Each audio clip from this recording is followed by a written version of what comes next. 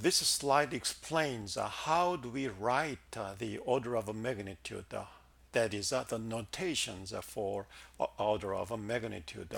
So remember that in this course, for simplicity's sake, we use only a small set of functions as a reference of time complexity. There may be more of those, but as a begin with, we only use a small set of functions as a reference for time complexity.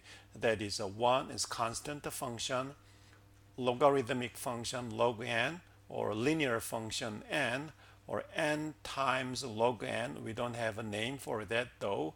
And then n squared, the quadratic function, n cubed, the cubic function, and 2 to the n, exponent function. So there may be more than these, but for simplicity, just to begin with understanding time complexity, we use only those one, and any function that is closest one we choose, and then say that the time complexity of such algorithm is similar to linear function n and the like. Then in writing, you have four choices. We say small o of gn, any of those, like small o of n squared, or small o of 1, and the big O of those one, or theta, big theta of those one, or big omega of those one.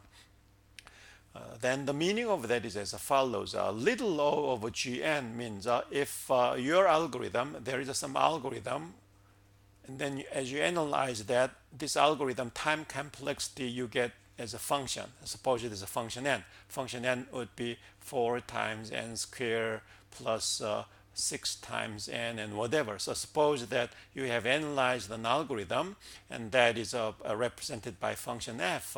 Then we say function f is a little o of gn if, so little o of gn if this is satisfied. If you do limit and then n goes infinity, if a value is 0, then function fn is a little o of gn, which means always function f is smaller than function g, strictly smaller. That's a little o. And then next notation, big O is smaller than or equal to, which means worst case is equal. So what it means is no worse than gn. So if I write like a big O of n squared, means the given algorithm time complexity is no worse than n squared. That's the meaning of that. So in that, like if I have a time complexity function is 4 times n squared plus 6 times n and the like, then take this one. So f divided by g, and take limit, and n goes infinity, then this becomes a 4, which is a constant, finite constant. Then we say that the given function is no worse than this function n squared. So it's a big O quadratic function there. And the big theta is then worst case and best case are the same, equal, then we use a big theta notation.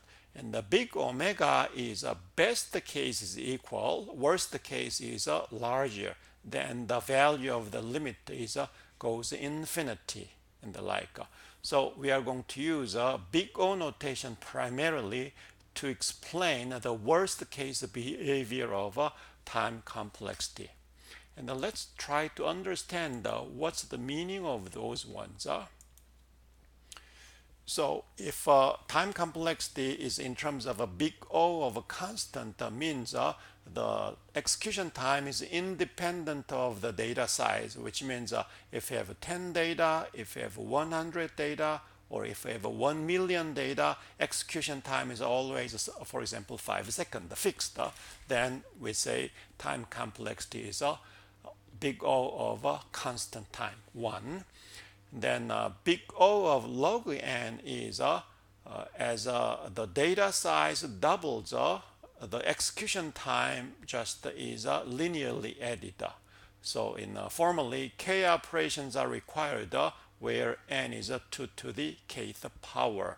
So what it means is as follows. If you have just a 2 to the, let me clean the screen. So if I have 1 data and 2 data and 4, let's double the data each time, 16, 32, or 64 and the like. Then 1 means 2 to the 0. So it's let me write the exponent only, 0. And the 2 means 2 to the 1. 4 means 2 to the 2. 8 means 2 to the 3. 16 2 to the 4. 32 2 to the 5. 64 2 to the 6. So this part is k, where this is n. So whereas the data grows and doubles it each time, execution time is simply constantly just add. In that relation is satisfied, we say that the time complexity is a big O of log n. So log n is to get the exponent part of those value.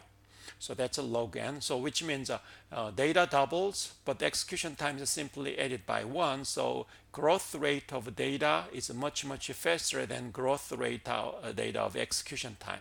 So one of the very good algorithm there. Log big O n means it's linearly proportional. As the input size doubles, execution time doubles. That's linearly proportional.